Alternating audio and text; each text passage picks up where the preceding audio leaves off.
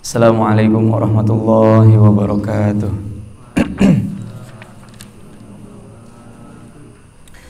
Hadirin wa lakum salih. Wa la alihi wasallam. Wasallallahu kita. Asin hujjatul Islam. Amin. Al-Fatihah. A'udzu billahi minasy syaithanir rajim. Bismillahirrahmanirrahim. Alhamdulillahi rabbil alamin. Ar-Rahmanir Rahim. Maliki yaumiddin. Iyyaka na'budu wa iyyaka nasta'in. Ihdinas siratal mustaqim. Siratal ladzina an'amta 'alaihim ghairil maghdubi 'alaihim waladdallin. Bismillah, alhamdulillah.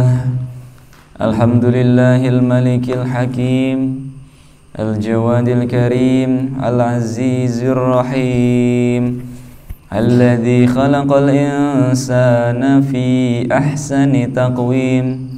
وفطر السماوات والأرض بقدرته ودبر الأمور في الدارين بحكمته وما خلق الجن والإنس إلا لعبادته أشهد أن لا إله إلا الله وأشهد أن محمدا عبده ورسوله اللهم صل وسلم وبارك على سيدنا محمد وعلى آل سيدنا محمد. أما بعد، قال المصنف رحمه الله تعالى ونفعنا به وبعلومه في الدارين آمين يا رب العالمين. بسم الله الرحمن الرحيم.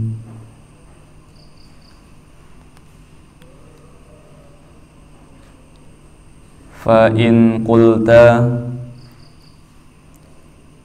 fabayyin lana awalan hukmal harami wa syubhati wa haddi hima.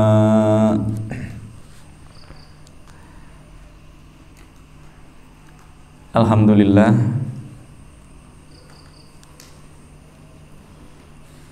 bulan Sya'ban sudah menuju akhir. Alhamdulillah, karena kita masih diberikan usia. Semoga usia kita di bulan Sya'ban ini diberkahi oleh Allah Subhanahu wa taala. Allahumma barik lana fi Sya'bana. Ya Allah, berkahilah kami di bulan Sya'ban. Dan mudah-mudahan Allah sampaikan kita kepada bulan Ramadan. Amin ya rabbal alamin. Salawat serta salam semoga tetap kepada baginda teladan terbaik kita, Nabi Muhammad sallallahu alaihi wasallam. Allahumma shalli wa sallim wa barik.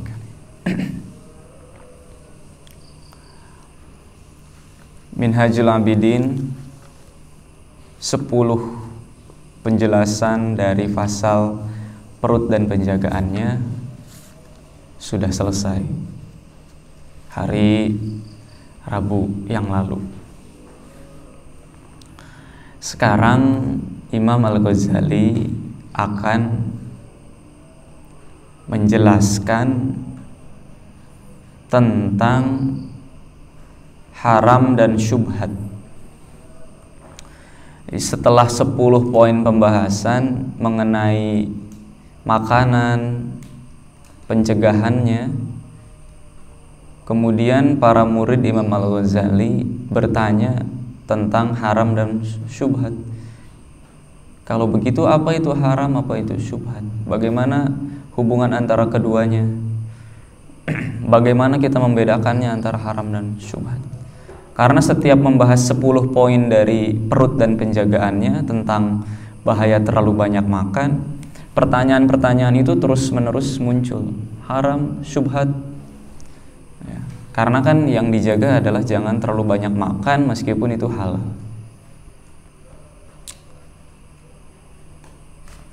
Nah, sekarang insya Allah kita akan membaca, mengkaji, mengaji bagaimana penjelasan dari Imam Al-Ghazali tentang haram dan syubhat. Nanti kita akan melihat bahwa Imam Al-Ghazali itu mengutip perkataan-perkataan ulama. Menurut ulama ini ya syubhat begini, haram begini, syubhat begini, haram begini. Kita akan terus diberikan penjelasan-penjelasan tentang hal itu. Hari ini insya Allah adalah muqaddimahnya, pembukanya menuju kepada haram dan syubhat. Kemudian satu definisi atau satu pengertian dari haram dan syubhat. Nanti berikutnya pengertian yang kedua, pengertian yang ketiga, begitu. Semoga dengan mengaji ini semakin membuat kita hati-hati, semakin membuat kita berhati-hati. Karena kunci hidup di dunia ini adalah berhati-hati. Dan derajat tertinggi seorang anak manusia dimuliakan oleh Allah adalah saat anak manusia itu bertakwa. Dan salah satu makna yang paling dekat kepada takwa adalah berhati-hati. Selain takwa itu berarti membentengi diri. Takwa itu kita punya benteng. Takwa juga berarti kita berhati-hati. Ya karena kita berhati-hati, apa itu? Hah?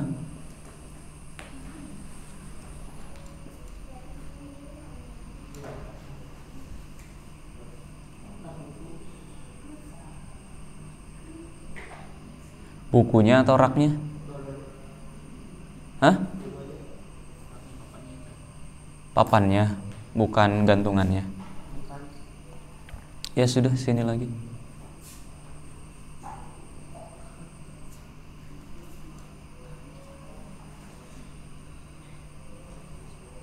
Nah, itu berarti bukunya tidak berhati-hati, tidak takwa, atau yang baca yang tidak takwa itu.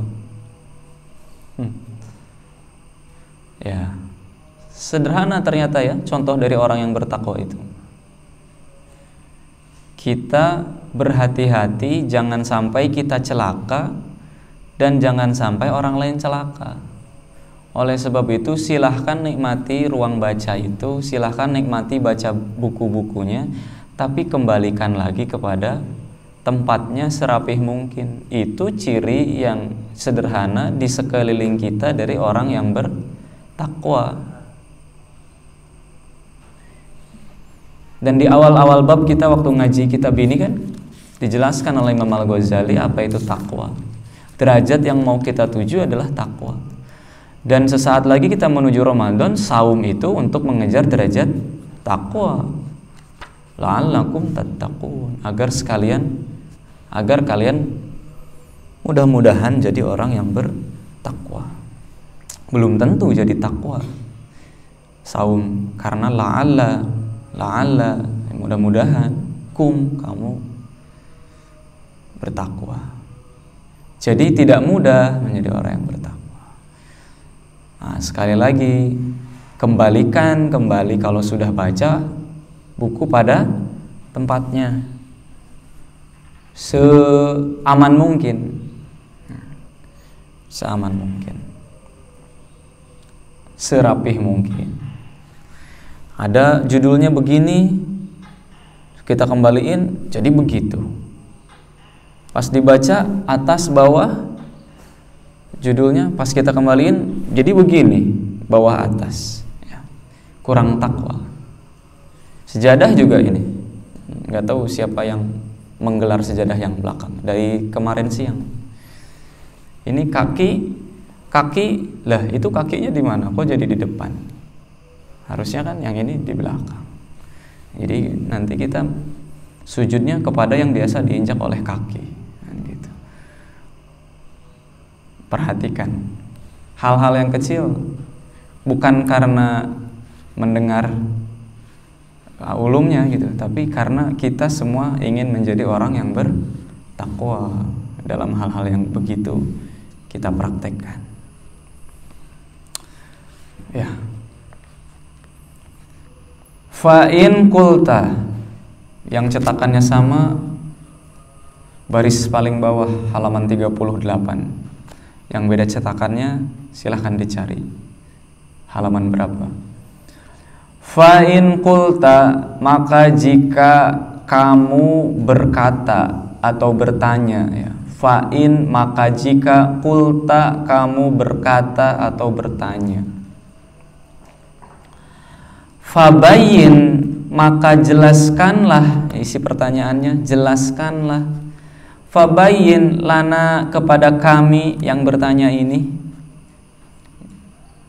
Kata Imam Al-Ghazali, kalau kamu bertanya, jelaskanlah kepada kami. Kepada yang bertanya berarti. Awalan, pada awalnya, hukmal harami, hukum dari perkara haram, wa syubhati, dan perkara syubhat, wa haddi hima, haddi itu, had itu istilah ilmu mantik, ilmu bahasa. Had itu artinya definisi.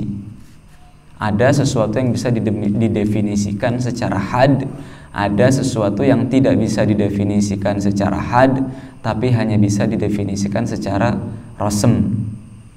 Ada had, ada rosem. Nah, yang had itu yang penjelasannya bulat, jelas sejelas-jelasnya, itu had. Bukan menjelaskan dari contoh. Kalau menjelaskan dari contoh itu belum had.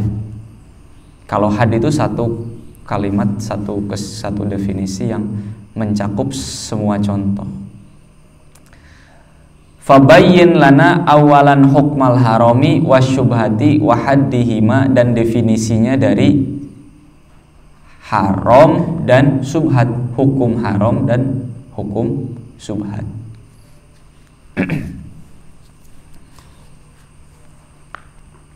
Fa'aqulu, maka aku berkata, atau maka aku menjawab. Fa'aqulu, maka aku menjawab. Jawabannya siapa? Imam Al-Ghazali. Fa'aqulu la'amrullahi. La'amrullahi itu sumpah demi Allah.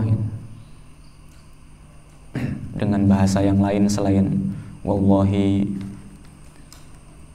sungguh, maksudnya la'amrullahi, demi Allah, laqad, sungguh, asba'na, sudah aku terangkan, sungguh asba'na, aku menerangkan,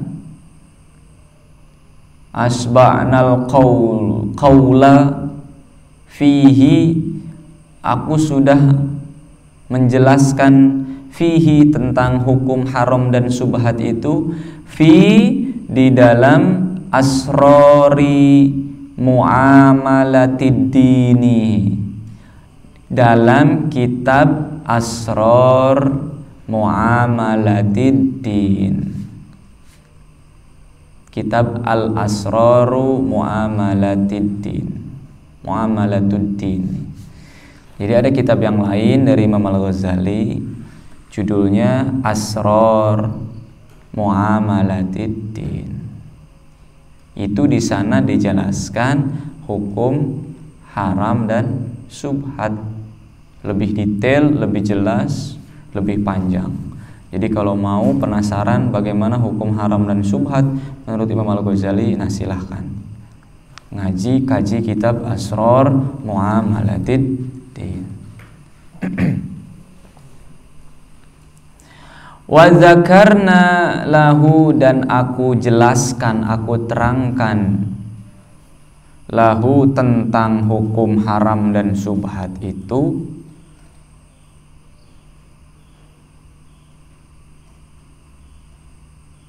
kitaban, pada kitab, mufrodan, tersendiri, fi kitabil ihya'i, dalam kitab Ihya Ulumiddin.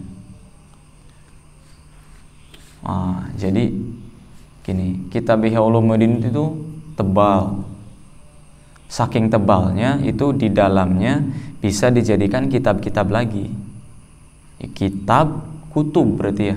Kitab banyak, di dalamnya bisa dijadikan kitab-kitab lagi. Nah, di antaranya yang dijadikan kitab-kitab lagi itu adalah kitab Asrari Mu'amalatiddin. Itu ada di dalam kitab Ihya Ulumuddin. Bahasan tentang hukum haram dan syubhat ada dalam Asrari Mu'amalatiddin. Lah, Asrar Mu'amalatiddin ada di mana? Ada di dalam kitab Ihya Ulumuddin. Kitab Ihya Ulumuddin itu, teman-teman, itulah kitab yang membuat Imam Al-Ghazali terus-menerus dikenal sampai hari ini. Mengapa demikian? Karena kitab Ihya Ulumuddin itu menjadi salah satu wasilah dari kebangkitannya kembali umat Islam. Kitab Ihya Ulumuddin itu. Ketika Imam Al-Ghazali hidup pada saat itu, umat Islam ini kurang lebih kayak kita sekarang lah. Terbelakang. Kan sekarang yang disebut maju itu kan Eropa, Amerika, yang namanya Thomas, George gitu ya. Yang namanya bule-bule lah. Itu disebutnya maju. Sementara kalau yang namanya Islam-Islam kan Salamat, misalkan ya, Selamat, Bapak Salamat, itu kan nama bagus. Itu dianggapnya terbelakang, bodoh, kotor, nggak bisa beres-beres, nggak bersih-bersih, penyakitan, sakit-sakitan, bodoh, macam-macam lah, pokoknya yang jelek-jelek. Kita sekarang nih begitu. Ada yang pinteran dikit teroris kan gitu. Ada yang pinteran dikit dianggap teroris.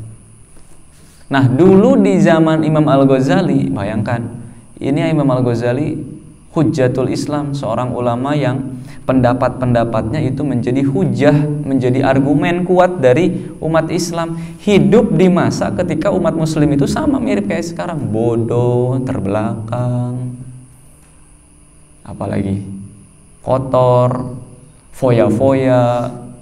Pimpinan ada pimpinannya, asik sendiri. Bayangkan di zaman Imam Al-Ghazali ada yang lapor ya ke sultannya, wahai sultan, di kampung kami baru saja dijarah, baru saja dirampok. Bukan hanya rampok serumah dua rumah, sekampung. Ya dibakar, ya dicuri, ya perempuannya diperkosa, ya anak-anaknya dibunuh. Genting banget kan? Laporan ke sultan, pimpinannya yang ngurus umat Islam waktu itu. Apa jawaban sultan waktu itu? Tunggu, merpati saya kabur, saya cari dulu ya japati saya. Umat laporan, habis dibakar, dibunuh. Sultannya mikirin apa? Merpati. Ya itulah kondisi pada waktu itu. Sultan bukannya nggak tahu kampung ini dijarah, tahu dia, bahkan dia dapat bayaran dari dibakarnya, dibunuhnya kampungnya dia sendiri. Makanya dia ngeles kalau bahasa kita, bentar-bentar saya cari dulu, merpati saya hilang.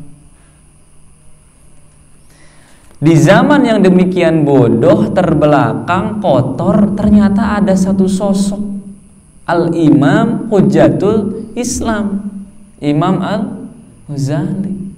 Jadi jangan dikira di lingkungan, di zaman, di suasana, di kondisi yang terbelakang ini tidak ada bibit-bibit atau tidak ada orang-orang yang luar biasa, tinggi di hadapan Allah. Jangan dikira.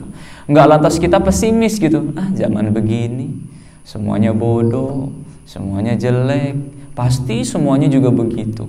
Ulama-ulama juga ya begitulah. Hati-hati, jangan pernah sekali-kali menghina ulama. Daging ulama itu racun. Jangan sekali-kali menghina, meledek, ya, mengotak-atik hukum yang sudah dibuat oleh ulama. Hati sedikit saja kita punya kejelekan, keburukan kepada ulama, itu harus bertaubat kita. Karena di zaman kondisi yang paling buruk sekalipun ada sosok yang luar biasa. Dan begitulah sunatullahnya, begitulah Allah mengatur, menjaga, merawat hidup dan kehidupan di dunia ini. Di lingkungan yang paling jelek sekalipun pasti ada satu orang yang akan mengubah keadaan. Di dalam satu keluarga yang semuanya bodoh, tidak punya pendidikan, terbelakang, tambah-tambahan aja nggak bisa, kali-kali aja nggak bisa, jual beli selalu dibodohi, baca Quran aja nggak bisa, pasti ada satu anak atau satu cucu yang itu muncul dia. Pinter ngaji, pinter ngitung, jago ekonomi. Semuanya miskin, dia kaya. Semuanya bodoh, dia pinter. Semuanya nggak bisa ngaji, dia pinter ngaji. Pasti ada yang begitu. Nah, satu orang yang sadar, saya ini kok beda dari keluarga yang lain, terus dia kembali kepada keluarganya, dia ubah kehidupan keluarganya, itulah dia anak atau cucu yang dipenuhi dengan keberkahan. Tapi kalau satu anak ini ngerasa beda, kemudian dia tinggalkan keluarganya, nggak ingat keluarganya, nggak pernah doain keluarganya, aku sukses karena aku selalu disiksa oleh keluargaku, aku nggak akan kembali lagi kepada keluargaku. Ini jauh dari keberkahan. Aku sukses di luar, nggak pernah aku dapat kasih sayang di luar, nggak pernah aku dapat kasih sayang di keluargaku. Hati-hati. Kalimat begitu hati-hati. Suka-suka Allah membuat kita tumbuh di mana? Suka-suka Allah membuat kita dapat kasih sayang di mana? Tapi sudah takdir Allah, sudah ketetapan Allah, kita lahir dari siapa? Siapa yang jadi ibu kita, siapa yang jadi ayah kita, itu sudah takdir dari Allah. Sementara kita yang mau hidup di sini, itu keinginan kita. Lebih mulia mana? Takdir keputusan dari Allah atau keinginan kita yang pribadi? Lebih mulia mana? Jawab. Takdir Allah, ketetapan Allah. Kita mau hidup di sini, tapi keputusan Allah, kamu berasal dari sini. Kita mau melupakan keluarga kita, tapi kata Allah, kamu tetap aja ibu dan ayahmu di sini. Maka lebih mulia mengikuti keputusan takdir Allah. Jangan pernah niat ke sini mondok untuk meninggalkan keluarga, ya. Walaupun secara fisik kita terpisah dari keluarga, tapi jangan pernah meniatkan kita untuk meninggalkan dari keluarga. Beda, menuntut ilmu sama meninggalkan keluarga itu beda. Harus benar, lurus niat kita. Ya, karena di rumah saya suka dimarah-marahin, suka disuruh-suruh, jadi saya kesini. Ya, di sini dapatnya dimarah-marahin, disuruh-suruh, podo baik. Kenapa? Karena niatnya beda, sok ganti niatnya. Nggak ada lagi tuh yang marah-marah, nggak ada lagi yang nyuruh-nyuruh. Semuanya berangkat dari kesadaran sendiri akhirnya. Jadi hal-hal yang kurang menyenangkan yang Anda alami, yang kalian alami di sini, maknailah itu sebagai sesuatu dari Allah untuk meluruskan kembali niat kita. Barangkali niat kita salah atau niat kita keliru, sehingga Allah tegur lagi, supaya benar, supaya lurus. Teguran Allah memudah dari siapa aja. Masih mending ditegur sama kita-kita yang di sini. Jangan sampai santri ditegur oleh orang luar, di luar pesantren. Nggak rela saya, nggak rela kami. Mending ku saya lah ditegur gitu. Tapi kalau sampai orang lain yang negur, walaupun dia salah gitu, sama kita aja yang di dalam. Kata Allah kan, ya kamu yang di dalamnya nggak negur gitu. Ya udah, Allah hadirkan, kami hadirkan orang lain untuk negur santri ini gitu. Untuk meluruskan, untuk membenarkan kembali niat. Jadi Imam Al-Ghazali itu sosok yang muncul di tengah kehidupan umat muslim yang kurang lebih sama seperti ini. Imam Al-Ghazali kemudian menulis banyak kitab. Salah satu kitabnya yang paling sering dikaji adalah Ihya Ulumuddin. Ihya menghidup-hidupkan kembali Ulumuddin, ilmu agama. Karena ilmu agama pada waktu itu hampir mati, sekarat. Nggak ada yang lagi mengkaji ilmu agama. Senangnya semuanya ke ilmu asing. Apa ilmu asing pada zaman itu? Filsafat dari asing, dari Yunani. Sangat terpesona dengan ilmu filsafatnya. Aristoteles, Plato, siapa lagi itu? filsafat. Sehingga ilmu agama yang sederhana atau yang sering dikaji itu dilupakan.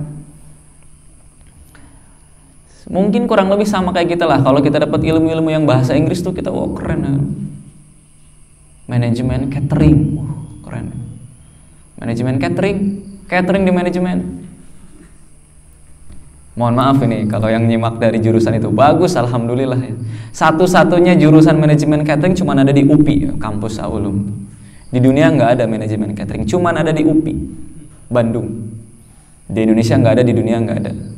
Kan luar biasa. Salah satu dosennya, dekannya itu keluarga dari mama, ya, dari ibu, ada di sana. Jadi ini bukan ke sana. Ini mah contoh saja ya. Yang bahasa Inggris apa tuh? Matematika itulah, ada Aulum dari matematika. The education of mathematics. Keren kan? Belajar apa? The education of mathematics. The education of biology. The education of physics. Keren, sebut Inggris tuh keren. Belajar ilmu yang keren nih. Pas disebut apa, ngaji apa, belajar apa? Minhajul Abidin. Nyebutnya aja nggak ada kepercayaan diri. Minhajul Abidin gitu loh. Gagah kita sebut. Ihya Ulumuddin. Sebut tuh gagah. Nah dulu itu begitu. Tidak percaya diri dengan keislaman, dengan ilmu-ilmu Islam. Lebih percaya diri ketika menyebut ilmu-ilmu yang asing. Ya, padahal itulah yang justru membuat terpuruk.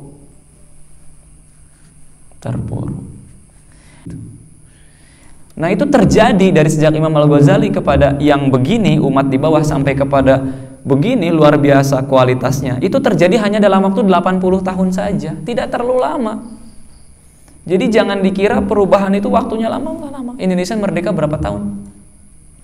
Kemarin 17 Agustus tahun 45. Sekarang 2022 berapa tahun?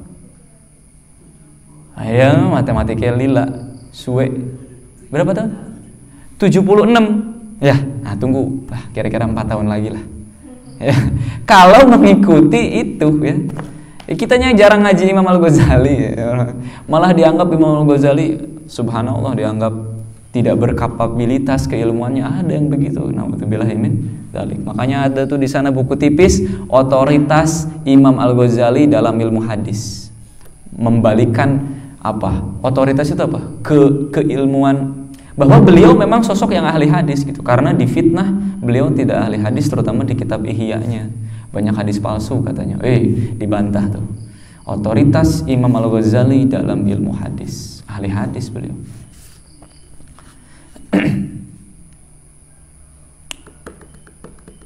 Jadi Imam Al-Ghazali merasakan kegundahan itu, umatnya lagi terbelakang, beliau merasakan kegundahan itu, kemudian beliau tidak mengambil jalur politik, tidak mengambil jalur militer, tidak mengambil jalur ekonomi untuk mengembalikan umat kembali jaya, enggak, tidak mengambil jalur sosial, tidak, tapi Imam Al-Ghazali mengambil jalur ilmu pendidikan. Karena bagi beliau kalau ilmu beres, pendidikan beres, politik beres, ekonomi beres, sosial beres, semuanya beres kalau ilmu. Makanya yang kurang kata Imam Al-Ghazali di sini adalah dalam dua kata, distribusi ilmu. Apa? Distribusi ilmu. Itulah yang kita lakukan sekarang ini. Kita ini lagi distribusi ilmu. Kalau ditonkan, ada distribusi beras, ada distribusi ilmu. Kalau ditonkan, mungkin distribusi ilmunya ini sudah puluhan ribu ton nih. Kaliannya sanggup menerimanya berapa? Sepiring. Iya. Udah dikirim sekarung, alum tuh udah ngasih sekarung, bapak udah ngasih sekarung, kalian cuman cukupnya semangkok. Ya sudahlah, dapatnya segitu semangkok. Berarti gimana? Gedein lagi mangkoknya, gedein lagi supaya bisa nampung banyak. Siap belajar, siap menerima ilmu. Distribusi ilmu. Dan itu terjadi dalam 80 tahun. Kalau Imam Al-Ghazali menempuh jalur militer misalkan, mungkin nggak terjadi dalam 80 tahun, mungkin lama.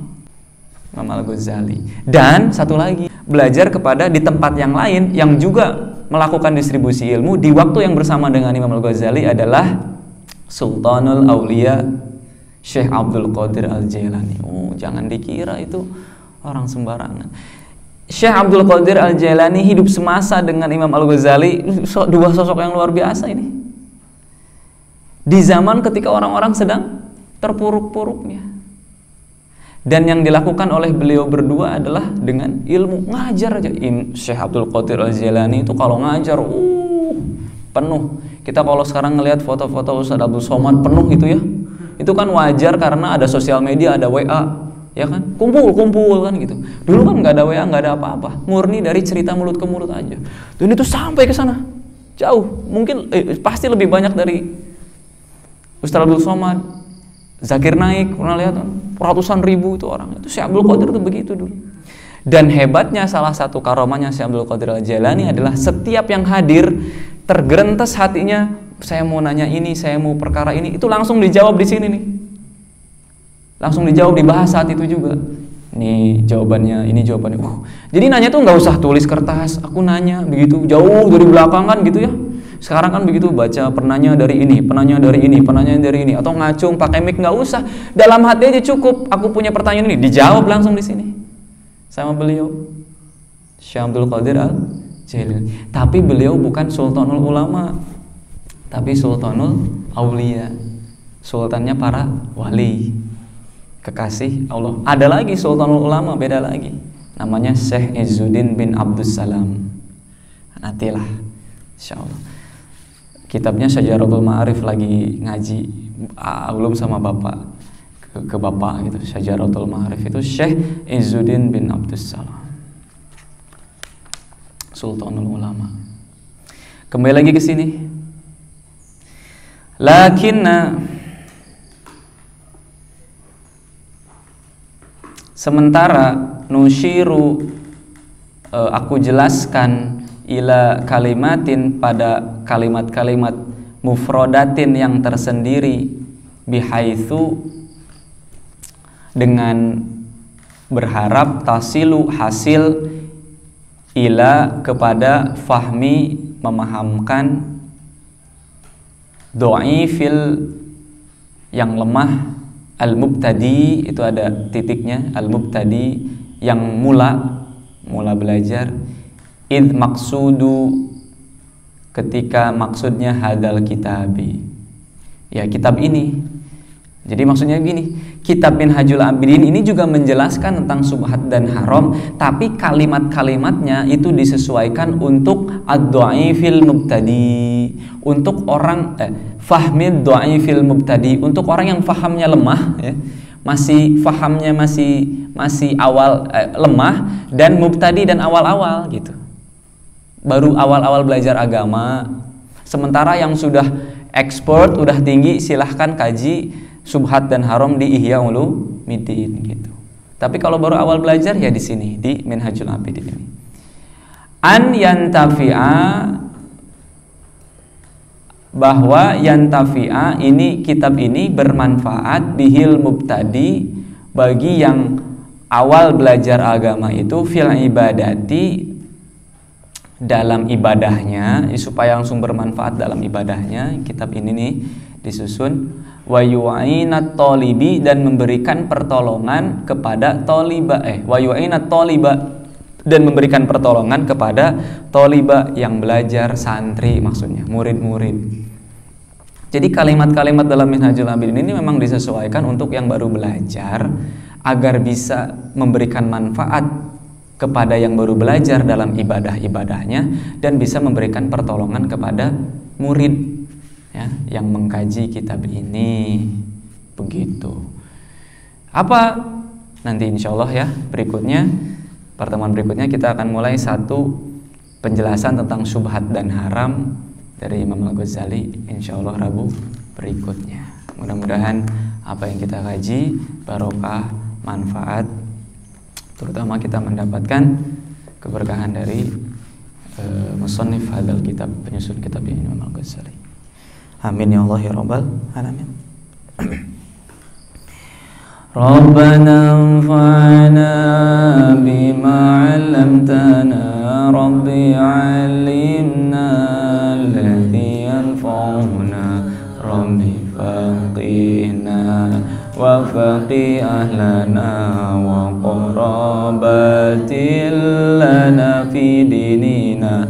Rabbana anfa'na bima 'allamtana, Rabbi 'allimna alladhi Rabbi faqihna wa faqih ahlana wa qarabatin lana fi dinina Rabbana anfa'na bima 'allamtana Rabbi 'allimna alladhi yanfa'una Rabbi faqihna wa faqih ahlana wa qarabatin lana fi dinina